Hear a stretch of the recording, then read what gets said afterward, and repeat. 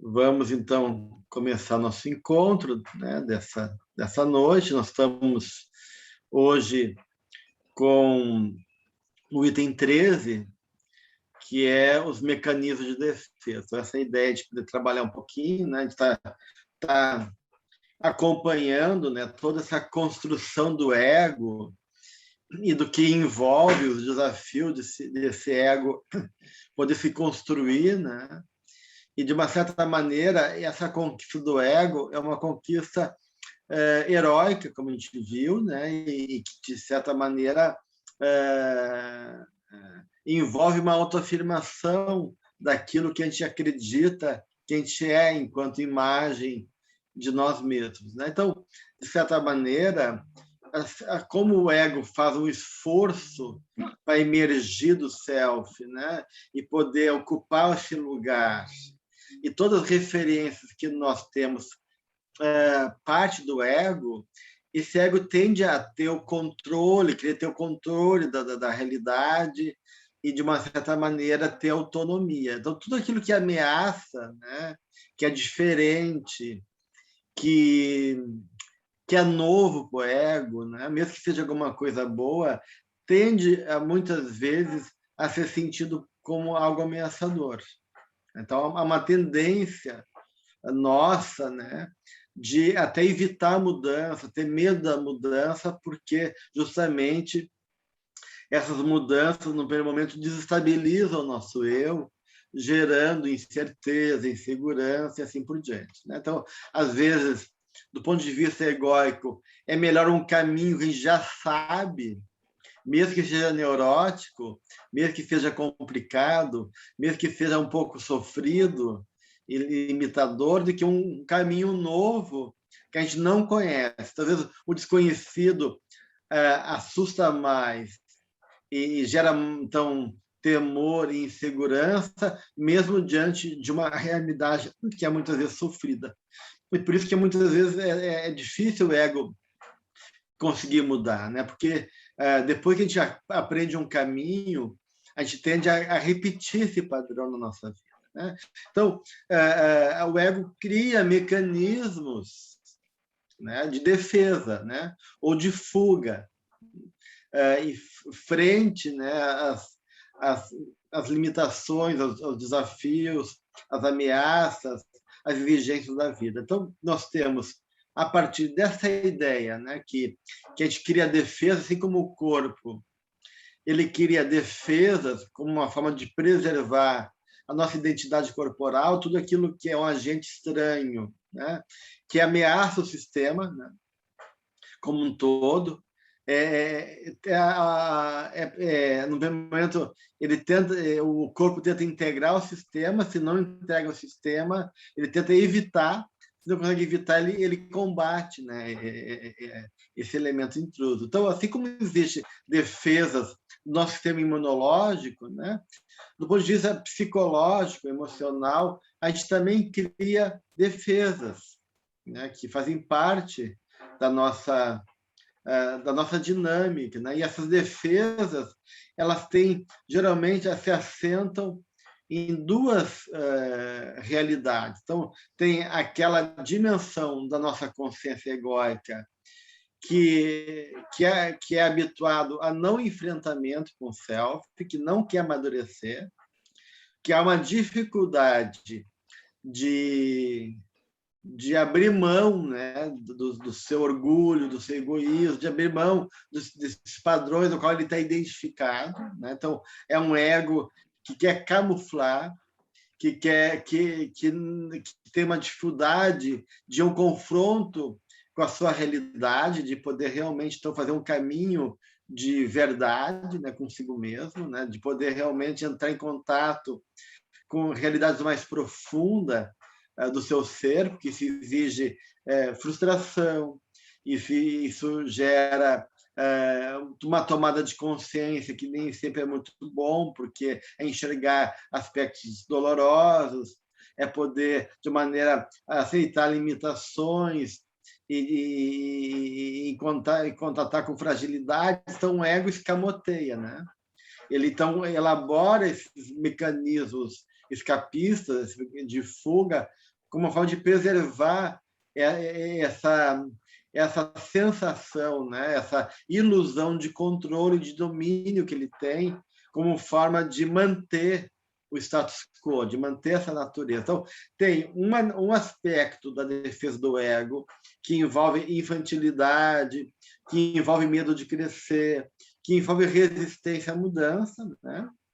E tem os mecanismos de defesa que o ego lança a mão quando realmente se sente ameaçado, quando há uma fragilidade, quando há realmente algum momento que é potencialmente doloroso a ponto de não suportar aquela dor, ou a ponto de desestruturar o meu eu, gerando uma ameaça de cisão psicológica, né? E aí realmente essa defesa é importante, né, gente? Porque nem toda defesa, nem todo mecanismo de defesa do ego é por um ego infantil, incapaz de querer mudar, um ego imaturo, um ego que resiste ao crescimento.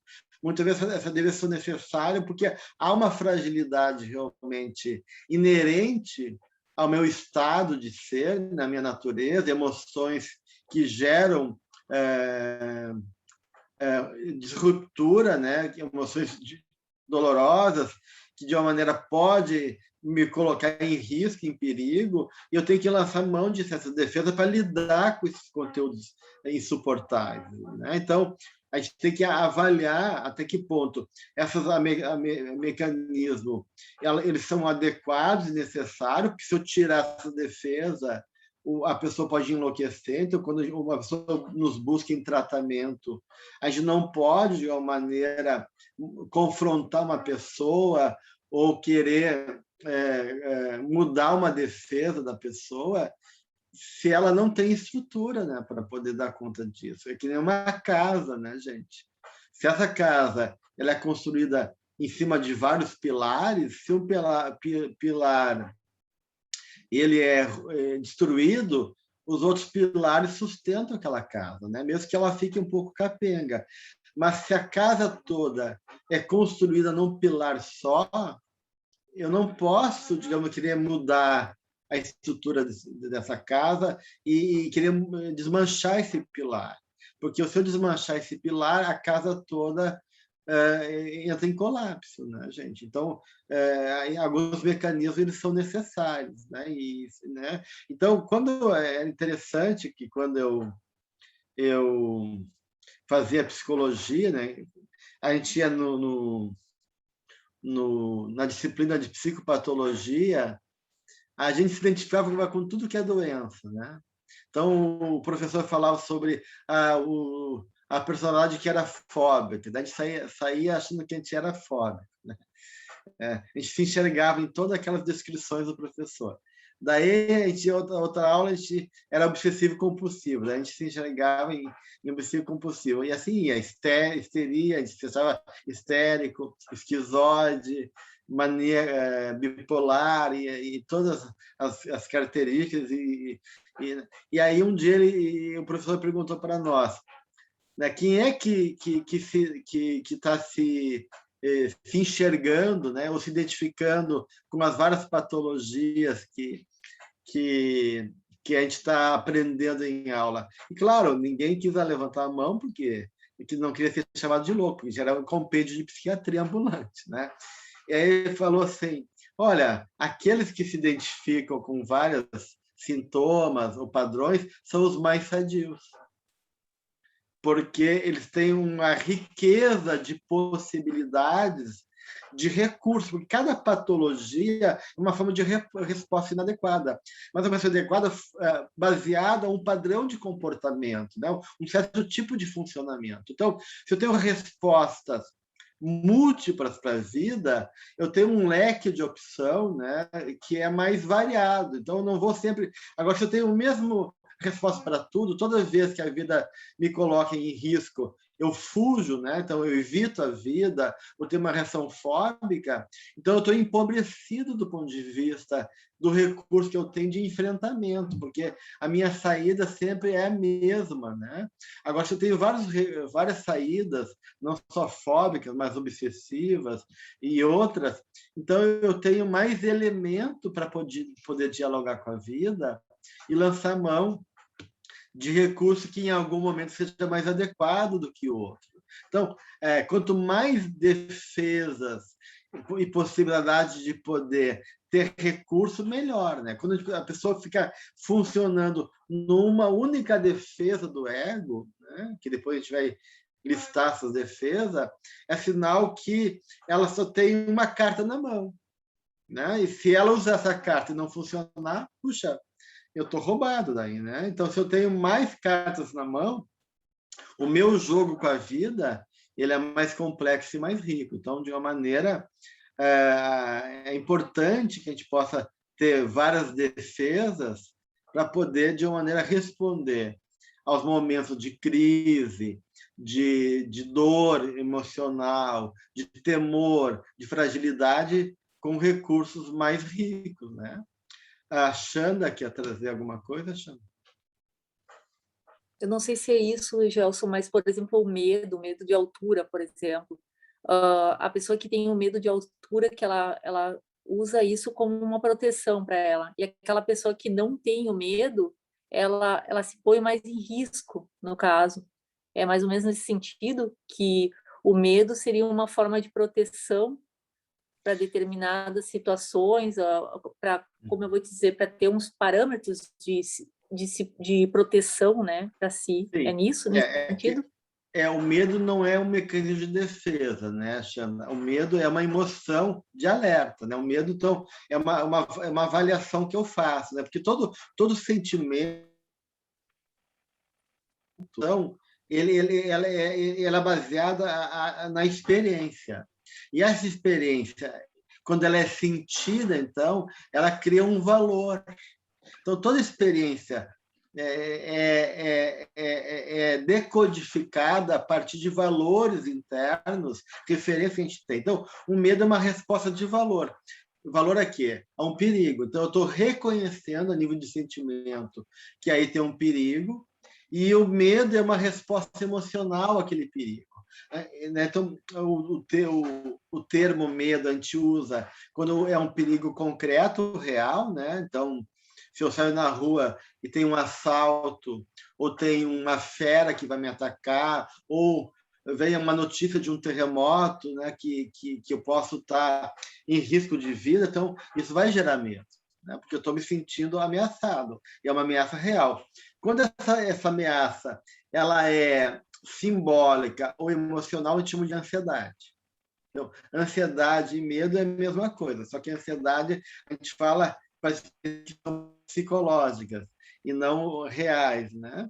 Então, mas são a mesma coisa. Então, isso é uma emoção que está realmente sinalizando que tem algo ali que tá me ameaçando. Agora, e claro que daí essa emoção, né? Ela pode ser um indicativo de cuidado que eu tenho que ter, né? De evitação, de uma estratégia adequada àquela situação, né?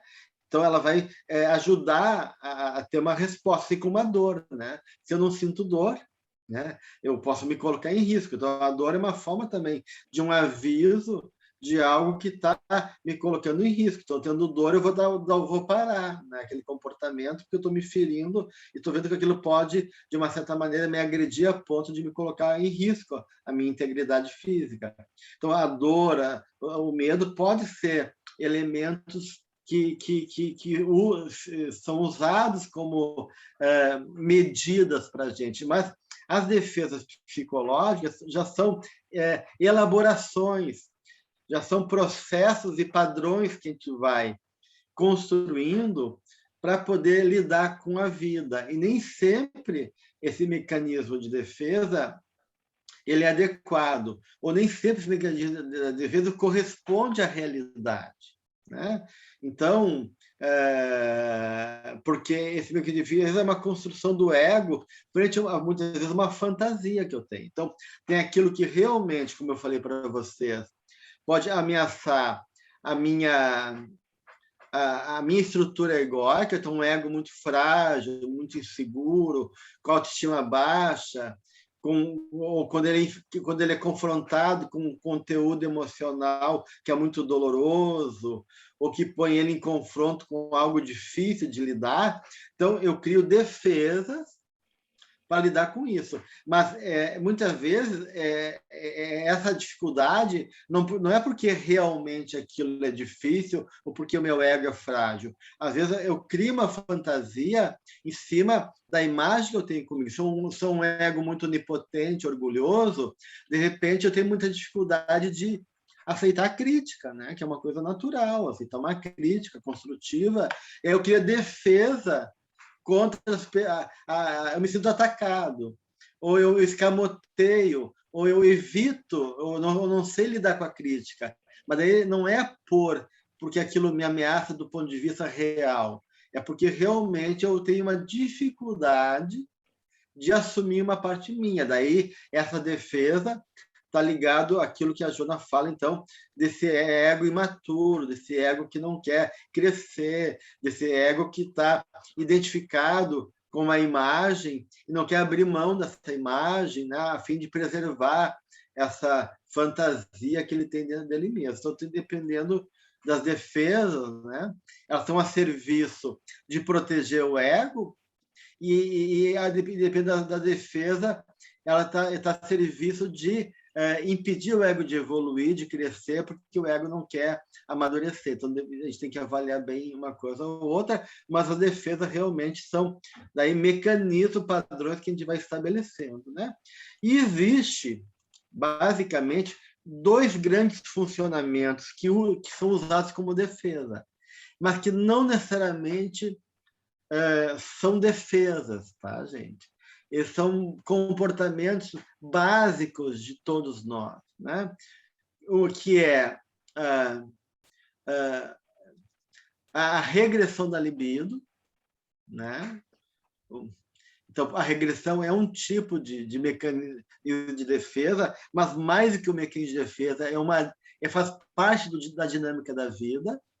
E existe a projeção e a transferência, que é um outro mecanismo de defesa, mas que não é só um mecanismo de defesa, também faz parte do processo natural que envolve a dinâmica da vida. Então, vou explicar esses dois, que eu acho bem importante, porque eles são muito comuns em todos nós, né? Em todos nós, porque a libido, a energia, ela progride e regride, tá? Progride e regride, assim como a respiração, né? Tu inala, né, e exala o ar. A vida tem esse movimento, assim como o universo. Ele pode estar em expansão ou ele pode estar em retração.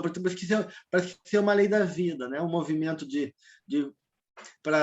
que se estende, que retrai, né?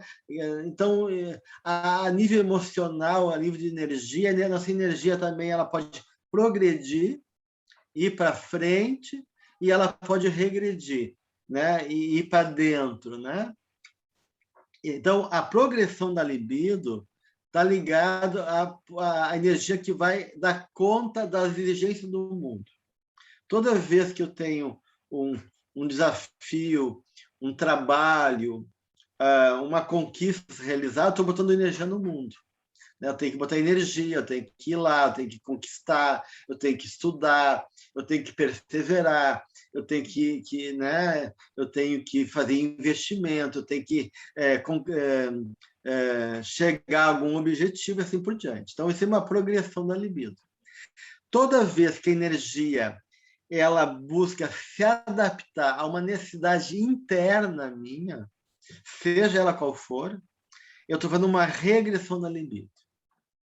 Então, a regressão não é nem boa e nem ruim, assim como uma progressão não é boa nem ruim. Quando é que a regressão se torna negativa e uma defesa? Quando essa regressão está a serviço de eu evitar a vida.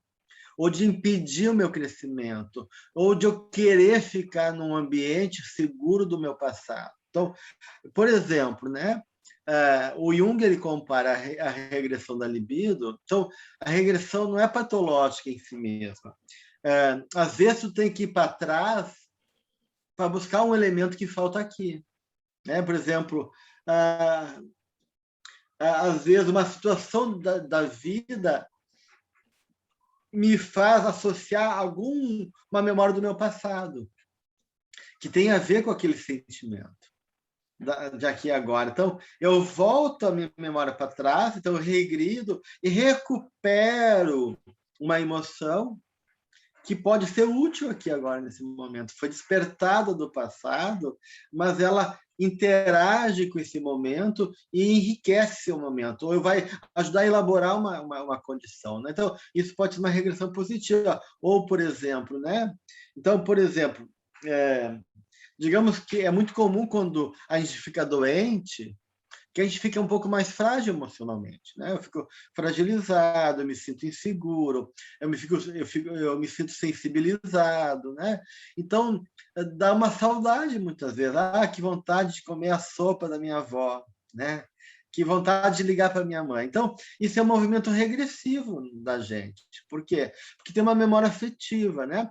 Na minha experiência emocional, essa fragilidade me remonta aos momentos que eu era criança e tinha essa figura materna, outra figura, como suporte e apoio. Então, aquela saudade da sopa, quando eu estava, né? O mingau quentinho, quando eu estava de noite no frio, estava resfriado, é uma tentativa de recuperar, né?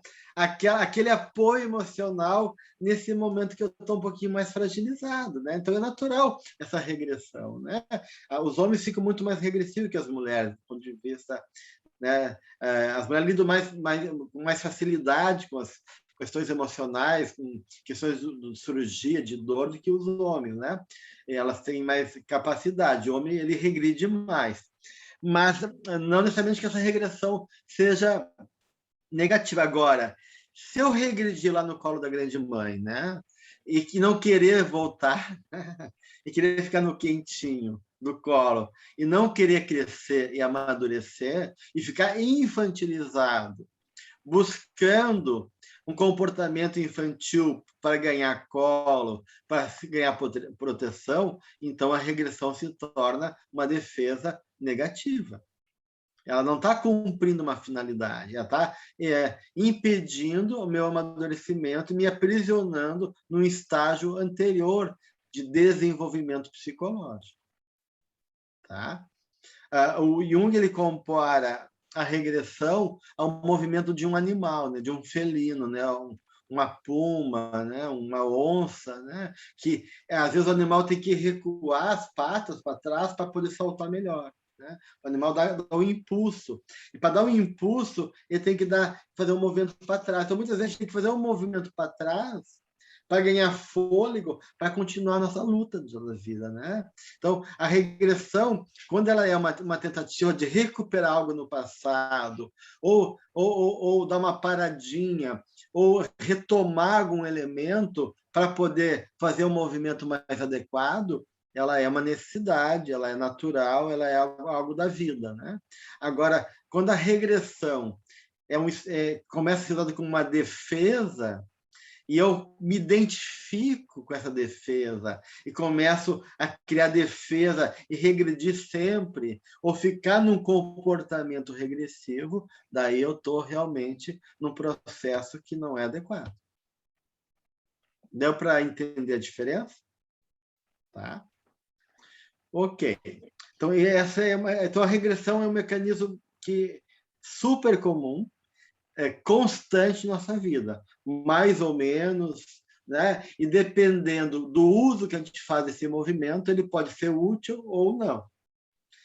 Além da regressão, tem a projeção e a transferência, que é um mecanismo que a gente faz assim, sem se dar conta, quase 24 horas por dia. Não fez, ele faz parte do nosso movimento. O que é a projeção e a transferência, né, gente? A projeção é eu projetar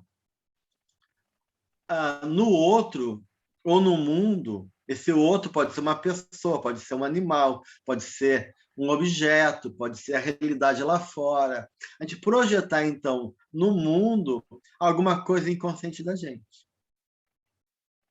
Tá? Basicamente é isso. Então, é impossível haver uma relação completamente objetiva. No nosso nível de consciência atual, não existe relação objetiva. Sempre o outro vai ser projeção, em alguma medida, da nossa fantasia. Alguma coisa tu deposita no outro. Alguma coisa tu projeta no outro, ou tu cria uma expectativa, ou tu idealiza. Então, de uma maneira, a gente, uma parte das relações humanas são sempre subjetivas. O outro que existe dentro de nós, enquanto imagem da pessoa que a gente se relaciona, nunca vai ser o real, a imagem real. Assim como a imagem que a gente carrega de mãe e de pai. A imagem de mãe e de pai, a gente chama de imago, né? A imago parental, ou seja, qual é a imagem que eu tenho da minha mãe. E a imagem que eu tenho da minha mãe só em parte corresponde à mãe real. E a gente vê isso na dinâmica familiar. Uma vez, uma mesma família, né? Já atendi, né? Filhos, que tem uma visão completamente diferente da mesma mãe. Né? Completamente diferente. Então, a imagem que cada um tem da mãe uma é oposta. Minha mãe era uma pobre coitada, que eu tenho pena, eu me sinto assim com dó da minha mãe, ela se doou para nós, ela é uma pessoa que não tinha recurso, e mesmo assim, né? E a outra vai dizer, não, minha mãe era negligente, era egoísta, era descuidada, ela se fazia de vítima para passar bem. Então, cada um vai ter uma forma de assimilar aquela experiência e construir uma imagem interna. Então, nem sempre, por isso que na psicologia, quando a pessoa traz seus sentimentos ou relato da sua experiência, tu nunca pode pegar aquele relato como sendo objetivo, né? É a versão do paciente. Porque muitas vezes a pessoa ela interpreta a vida a partir do seu sentimento, mas nem sempre o sentimento que ela está vivendo reflete a realidade. Porque o meu sentimento, como eu falei, é uma interpretação de valor. Então, se eu me sinto injustiçado, e eu tenho uma imagem de mim que eu me sinto injustiçado, então eu vou interpretar as coisas a partir desse lugar.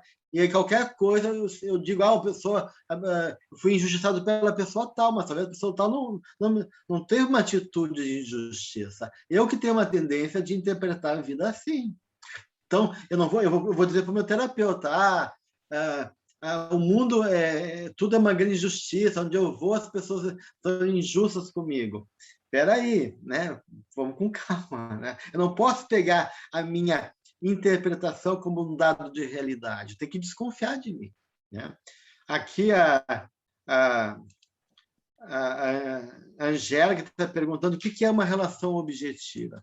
A relação objetiva é quando eu enxergo a pessoa como ela é, como ela é objetiva, ou seja, a realidade se apresenta de maneira objetiva, ou seja, como ela é realmente, não subjetiva, como eu assimilo, como eu interpreto, né? Como eu vivencio aquele objeto. Né? Então, essa é a diferença. E as relações, elas tendem a ser relações de exigências e projeções. Isso gera constrangimentos, gera exigências, onde um e outro pedem a liberdade, gerando conflito, muitas vezes. Então, é só a objetividade, ou seja, ver a vida como ela é realmente, garante uma verdadeira relação, mas a objetividade é uma conquista, a gente não consegue enxergar a vida como ela é, né? Porque a vida é permeada pelo nosso olhar, pela nossa interpretação. E daí a gente acaba vendo a vida e as pessoas a partir do lugar que a gente vê, né? Então tem muito de subjetividade na nossa forma de lidar com a realidade, tá? Então, toda relação vai ter algum nível de projeção, né? Porque a gente não tem consciência da nossa realidade como um todo. Tem muitos pontos nossos que são obscuros. Tem muito conteúdo dentro de mim que são difíceis de lidar. Então, tudo aquilo que eu tenho dificuldade de reconhecer, tudo aquilo que eu reprimo, ou que eu recalco, ou que eu não suporto em mim, ou que eu não reconheço em mim, eu tendo a projetar no outro. Por isso que a gente diz que quanto mais o outro me afetar emocionalmente, quanto mais a compreensão do outro me tocar, é porque tem alguma coisa daquele comportamento que tem a ver comigo. Porque as coisas não tocam a gente de graça. As coisas não mobilizam a gente por acaso. Não existe acaso, né? Então, se eu tenho um lado agressivo que eu não reconheço em mim e eu não sei lidar com esse lado agressivo e eu nego, toda vez que tiver uma pessoa agressiva, aquilo vai me incomodar. Ou eu vou projetar agressividade no outro. Puxa, como o outro é agressivo. Ou as pessoas que são agressivas vão chamar a minha atenção, né? Porque eu estou projetando aquela agressividade que é minha no outro. É claro que para projetar tem que ter um gancho, tá, gente? Um gancho. Para mim, pendurar um casaco na parede, tem que ter o ganchinho, né, para pendurar o casaco. Então, a projeção que a gente projeta no outro tem um gancho no outro, que é esse comportamento. Tem algum elemento do outro que tem a ver comigo, que permite que eu perceba e reconheça aquele elemento que eu não reconheci em mim. E só que por eu não reconhecer em mim, aquilo me incomoda. Aquilo acaba tendo uma carga emocional exagerada para mim. Tá? Então, toda vez que a experiência emocional é muito mobilizante em relação à atitude do outro, é porque alguma coisa bateu em mim muito forte, né? Tocou em algum lugar mal resolvido. E geralmente tem algo projetado. Tá? Aí a projeção está sendo uma defesa. O que eu não consigo enxergar, eu nego e ponho no outro. Então, os outros que são mal, é o mundo que é difícil, as pessoas que são injustas, são as pessoas que me culpam, são as pessoas que me perseguem, né? São as pessoas que são má, e assim por diante, né? Então, eu tinha uma paciente que ela tinha o dom de despertar a ira das pessoas, né? Ela era uma pessoa muito defendida, uma pessoa muito frágil internamente e muito orgulhosa. Então, essa combinação não é legal, né? Porque tu é frágil, mas por tu ser orgulhoso, tu esconde de ti. Escondendo de ti, tu não consegue trabalhar a fragilidade. Então, tu fica numa certa paralisia, né? Medo e fragilidade não combina com orgulho. É uma combinação muito ruim, porque isso paralisa o processo da pessoa. E ela era muito orgulhosa. E, ao mesmo tempo, tinha muito medo da vida e era muito insegura, muito frágil. Então, o que ela queria? O que ela fez?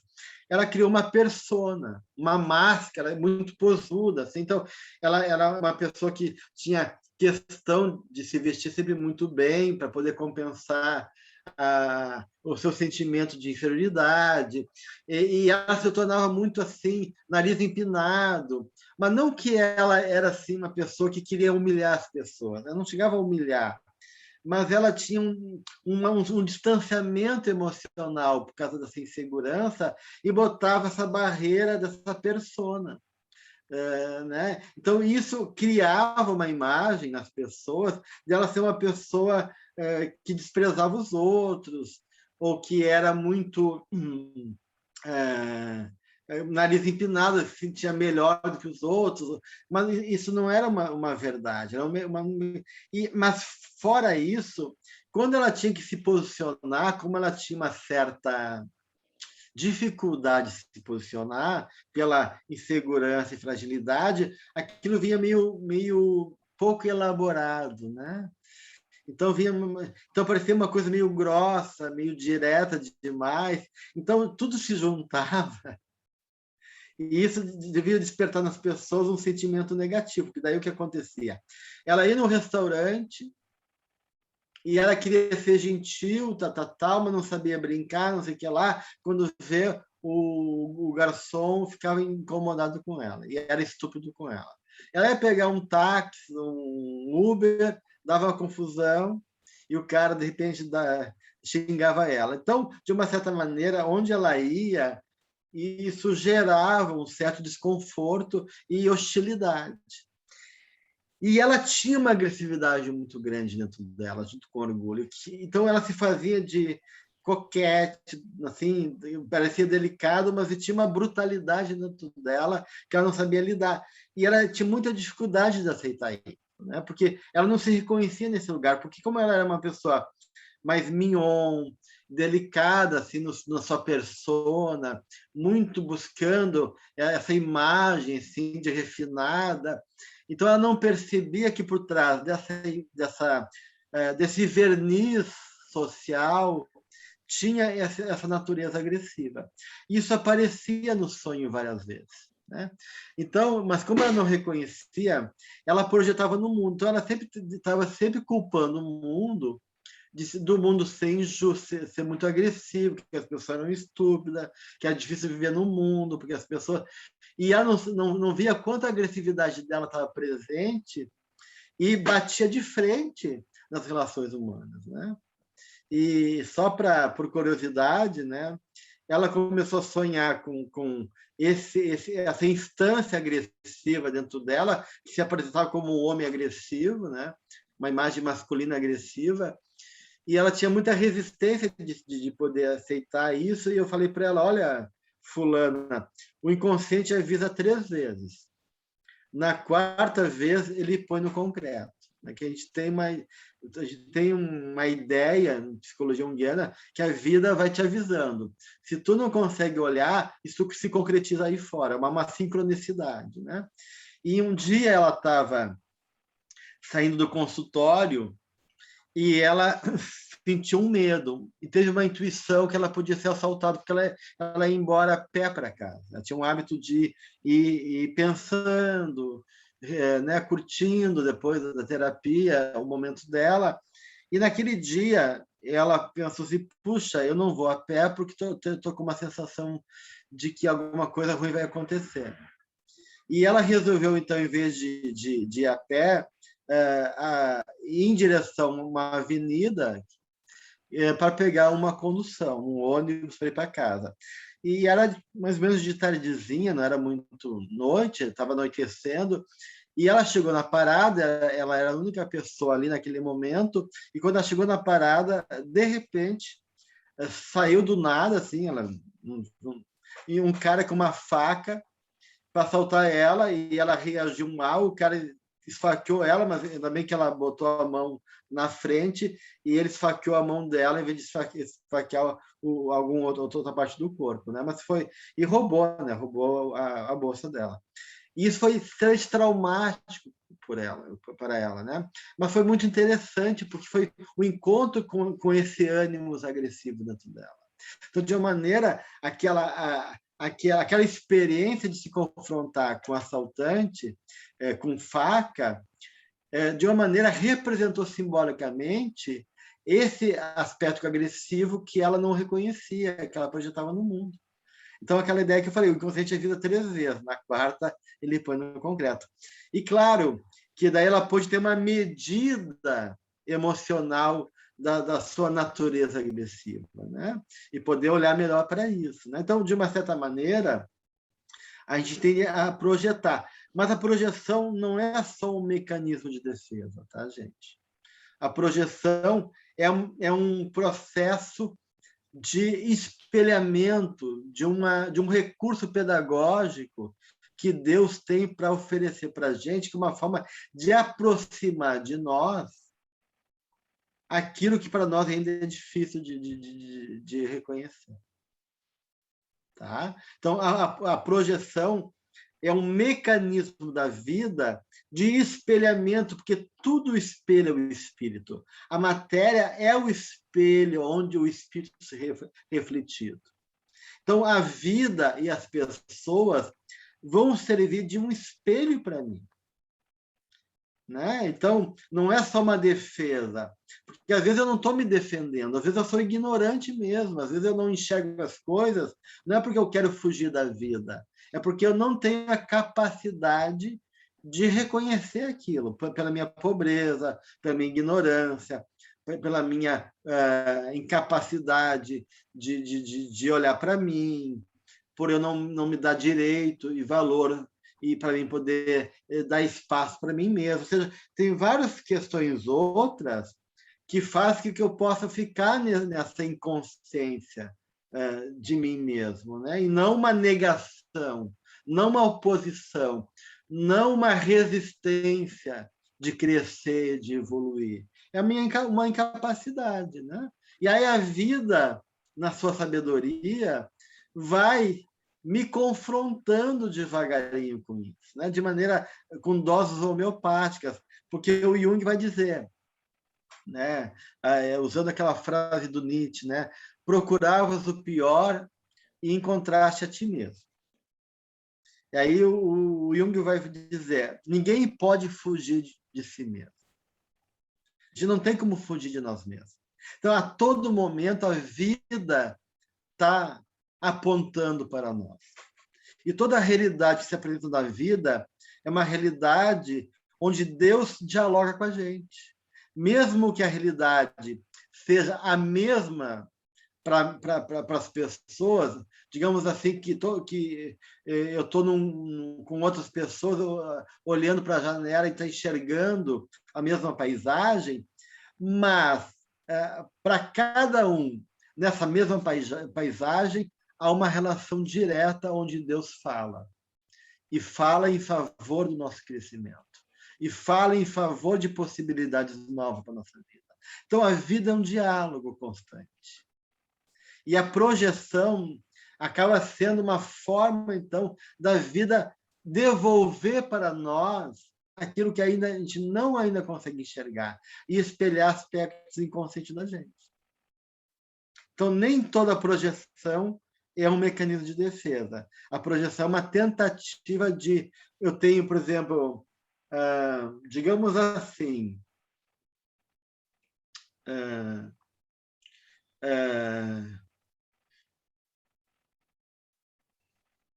eu tenho um aspecto emocional de um potencial que eu não reconheço em mim. Vamos pegar uma coisa não negativa, um potencial, um lado criativo que existe dentro de mim e que eu não consigo reconhecer como meu, porque eu tenho uma limitação de eu não me valorizar, de eu nunca ter sido aprovado pelos meus pais, de eu vir com uma história de culpa do passado, de outras vidas, e tudo isso foi limitando a minha consciência que eu tenho de mim mesmo e eu não reconheço os meus valores, né? Meus potenciais. E, de repente, então, todas as pessoas que têm potencial, que são criativas, eu digo, que legal, como mexe comigo, como eu gosto. Então, de uma certa maneira, é como se a vida estivesse chamando atenção para aquele elemento. Olha, Gelson, olha para isso. Isso existe na vida aí fora. Isso te toca, mas te toca porque isso também faz parte de ti. É algo que é importante para tu reconhecer como sendo parte da vida e parte de ti mesmo. Então, a projeção é uma chamada de atenção que me faz enxergar coisas necessárias para o meu processo de crescimento, né? E nem sempre ela é fruto de uma recusa de enxergar. de uma recusa de evitar. Às vezes é um processo de aproximação para que essa ignorância natural minha, pela minha consciência ainda limitada, possa ir despertando para uma realidade que existe ali e que existe dentro de mim que eu ainda não consigo acessar. Tá certo? Tá claro também, gente? Ficou claro a diferença? É bem... Tá? E a transferência, tudo é uma variação da projeção. Então, a projeção pode ser uma projeção, pode vir com uma projeção identificativa. Então, em vez de eu projetar apenas, eu também projeto me identificando, né? E isso a gente vê, por exemplo, eu posso projetar nos outros, para eu ter uma criança ferida dentro de mim, onde eu tenho uma criança maltratada, uma criança que eu não consigo acolher, e aí, em vez de eu me acolher e dar colo com essa criança, toda vez que eu encontrar pessoas feridas que nem eu sinto pena delas. Então, na verdade, estou me identificando. Eu estou projetando a minha criança no outro e me identificando. Aí eu tenho pena daquelas pessoas, eu quero acolher, eu quero adotar, eu fico sensibilizado. Então, na verdade, eu estou cuidando da minha criança indiretamente, me identificando com a criança do outro. E aí me tornei psicólogo, porque de tanto eu ficar sensibilizado com a criança dos outros, eu vou querer, então, ser psicólogo e tratar da criança ferida, e estou preso lá na minha criança ferida e de uma maneira muito tocado, de toda vez que alguém tem daí tem todas aquelas pessoas que têm uma criança ferida e não conseguem lidar com essa ferida, não reconhecem, eu reconheço por elas. Porque eu me identifico com aquela dor, eu me identifico com aquele drama. Então, é uma projeção que envolve uma identificação, mas também é projeção. Tá? Eu tenho uma questão aqui no chat. Como podemos tratar essa criança machucada em nós mesmos? Né? Bem, isso daria já um encontro inteiro, né, Fabrício? Mas, com certeza, a primeira questão, né, é acolher, né? Acolher a criança, prestar atenção nela, né? Porque ela precisa ser reconhecida, né? Porque na medida que a gente não acolhe, não reconhece, porque a criança ferida ela pode se tornar tirânica também. Na medida que ela é negligenciada e ela se torna esquecida, ela pode vir a nível de sombra dentro de mim e se tornar uma criança não só ferida, mas infantilmente intolerante, exigente, né? Porque eu nunca dou atenção para ela. Daí, quando ela vem para fora, ela quer tudo, gente. Ela vem numa voracidade. Então, a gente tem que acolher a criança, mas não fazer a vontade dela. Então, é uma coisa delicada. A gente acolhe no sentido de aceitar, de acolher e reconhecer que ela precisa de atenção, mas precisar de atenção e acolhimento não quer dizer necessariamente que tu tem que se deixar levar por ela. São coisas diferentes. Então, esse movimento a gente tem que fazer, né? E isso envolve prestar atenção, envolve dialogar com essa criança, envolve deixar que ela dê expressão de maneira adequada, através de uma imagem. Tu pode convidar ela para passear, para pintar, para escrever. Então, tem várias maneiras de trabalhar a criança, mas que parte dessa postura de acolher, mas ao mesmo tempo educar a criança ao mesmo tempo, né? Porque a gente não pode também deixar que ela tiranize a tua vida, mesmo que a intenção dela é tiranizar, mesmo que seja uma voracidade exagerada. Mas a voracidade exagerada pode complicar a tua vida e ela não é saciada daí. Tu dá para ela não fica satisfeita, porque a ferida não foi trabalhada, ela foi apenas compensada.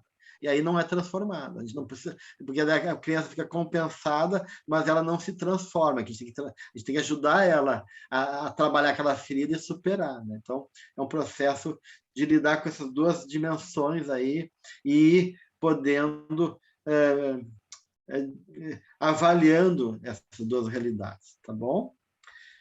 Bem, dentro desse processo todo, né, da projeção, onde pode haver uma identificação projetiva, né, eu posso me identificar com a pessoa. Então, eu projeto, mas em vez de ficar incomodado, eu me identifico, né? E às vezes tem um sentimento ambivalente, né? As pessoas que a gente gosta, a gente fica irritado. Às vezes a gente gosta porque tem uma coisa nossa no outro. Às vezes a gente se irrita porque no fundo tu não quer reconhecer que aquilo é importante para ti. Às vezes tu se identifica porque tu quer aquilo para ti. Às vezes tu se identifica porque aquilo não está sendo reconhecido e tu se identifica porque aquilo é algo que tem um valor grande. E às vezes tu não se identifica, às vezes tu projeta para não, porque tu não quer aceitar isso em ti, porque tu quer negar, porque aquilo te incomoda, porque é difícil de enxergar. Então depende da dinâmica, do conteúdo que está em jogo. Tu pode só projetar, ou tu pode ficar numa identificação, né? Ou tu pode fazer uma projeção compensatória, né? Tu pode se identificar por compensação, né? Eu sou uma pessoa que eu tenho então essa identificação com a criança ferida, pegando esse exemplo, né? Então, em vez de eu projetar a criança ferida no outro, ou me identificar com a criança ferida, eu vou projetar uma mãe no outro para ser cuidado por essa mãe. Então, na verdade, eu estou projetando algo que eu preciso, essa maternagem que eu não faço em mim. Então, em vez de projetar a criança, eu busco figuras maternais que me adotem, que me acolhem para cuidar da minha criança filha. Então, você vê que o mecanismo e a dinâmica ela pode se dar de várias maneiras nas relações e na dinâmica comportamental, né, gente? Então, tem relações por compensação, por dissociação, onde tu rejeita, por identificação. Então, tem várias possibilidades disso se dar. E um dos elementos dentro desse movimento aí é a transferência. Qual é a diferença da projeção e da transferência? Porque a transferência também é uma forma de projeção. É que na transferência tu vai deslocar para o outro um aspecto teu que vai ser atualizado na relação com o outro. Vou dar um exemplo para ficar claro. Por exemplo, eu tenho uma dificuldade na infância com meu pai, com figura de autoridade. Então, toda vez que eu tinha... O meu pai era uma pessoa distante, eu não se sentia compreendido por ele. Toda vez que eu pedia ajuda para ele, ele vinha com 4 pedradas, ele me julgava e me desqualificava. Ele era uma pessoa muito austera, então eu me sentia medo de chegar nele, né? Um misto de respeito e temor. Então, de uma certa maneira, eu fiquei preso a esse pai, não sei lidar com ele. Então, eu fiquei com uma dificuldade de lidar com figuras de autoridade. E aí, toda vez que eu vou me relacionar com homens mais velhos, e que são autoridades, um chefe, um professor, eu transfiro para esse homem mais velho a minha relação com meu pai. E fico com medo de ser criticado por esse homem. Eu fico meio que envergonhado, não tenho jeito. Se ele me critica, eu descompenso, porque eu não consigo ser natural com ele. Mesmo que ele me trate muitas vezes naturalmente. Mas eu estou transferindo para ele e vou atualizar na relação com ele essas coisas mal resolvidas. Então, a transferência e a projeção sempre vai estar presente nas relações da gente. Em alguma medida, tu vai projetar ou tu vai transferir alguma coisa para os outros. E os outros vão transferir e vão projetar alguma coisa em cima de ti. Tu vai sempre ser personagem do drama interno de uma pessoa, né? E às vezes a gente não entende, né? A pessoa te tratou mal e diz, mas o que houve? Ah, não, porque tu nunca me cumprimentou, tu age diferente comigo. Não, tu não acha diferente com a pessoa, mas ela é parecida com com uma tia dela que ela não gosta, ou tu tem um comportamento que ele associou, alguma coisa mal resolvida dela, e ela acaba interpretando você a partir desse drama interno. Tu é um personagem do drama interno dela, né? Então, de uma certa maneira, né, há um processo aí, né, gente, de sempre as pessoas estão transferindo, por isso que tu tem que cuidar de não pessoalizar a relação. Quando tu pessoaliza, tu está interpretando a pessoa a partir da tua dinâmica interna. E está perdendo a objetividade. E as pessoas fazem isso com a gente também, né? As pessoas te colocam no lugar, ou te idealizam, ou exageram, ou ficam incomodados com um traço teu e assim por diante, né? Então, essa relação da transferência, da projeção, vai estar sempre, em maior ou menor grau, envolvida em todas as relações humanas. A Angélica está perguntando lá também identificação na transferência. Pode, né? Não necessariamente, porque geralmente é da transferência, tu está, de uma certa maneira, repetindo uma relação da qual tu está preso.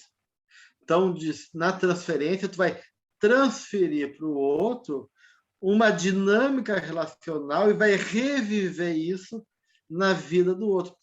Porque isso é instintivo, gente. Assim como no trauma, tu revive o trauma toda vez que tu passa por uma situação parecida, toda vez que tu tem que passar pelo mesmo lugar, ou tu vai se confrontar com alguma pessoa parecida, com aquele agente que gerou o trauma, com o elemento, né? Aí eu fui mordido por um cachorro. Agora, toda vez que eu vejo cachorro, eu tenho medo de chegar lá. Então, e eu interpreto os cachorros a partir do meu trauma, né? Então, eu estou transferindo para os outros animais aquela imagem traumática do cachorro que me mordeu. Então, na transferência, né, tu está projetando uma dinâmica relacional e está atualizando nessa dinâmica as emoções mal resolvidas.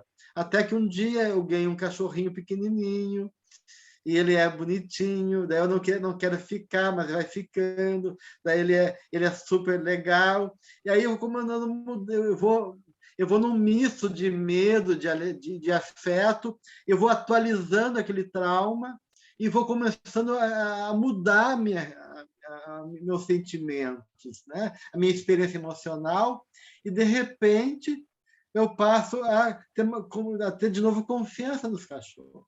Né? Então, estou desmanchando aquele nó emocional que foi traumático. Porque a transferência é necessária. Porque a vida sempre é uma atualização. Há uma tendência a repetir as coisas, não porque as coisas são neuróticas apenas, porque nessa repetição tu pode mudar. A vida da alma é circular. Há uma circularidade da alma. A gente repete, porque a gente reencarna e repete. A gente repete para retomar o mesmo drama e mudar ele. Então, a vida, na sua circularidade, a gente vai aprofundando aquela experiência e vamos buscando transformações. E a transferência é uma tentativa também de atualizar para poder mudar. E nas relações terapêuticas, isso vai acontecer muito, né? O paciente, como é uma relação de muita intimidade, de muita entrega, ali onde o paciente se coloca sem defesa, né? Porque ele confia, ele fica mais fragilizado, ou mais aberto, mais solto, ele vai transferir para o terapeuta também as suas emoções e os papéis em cima do terapeuta. Então, a transferência é um dos elementos que nós usamos no processo de cura para com os pacientes. Né? A gente trabalha nesse campo transferencial, né, para poder ajudar o paciente a mudar. Ok, gente? Semana que vem a gente continua no mesmo tema, porque daí a gente vai ver os outros mecanismos de defesa. Tá bom? Ok.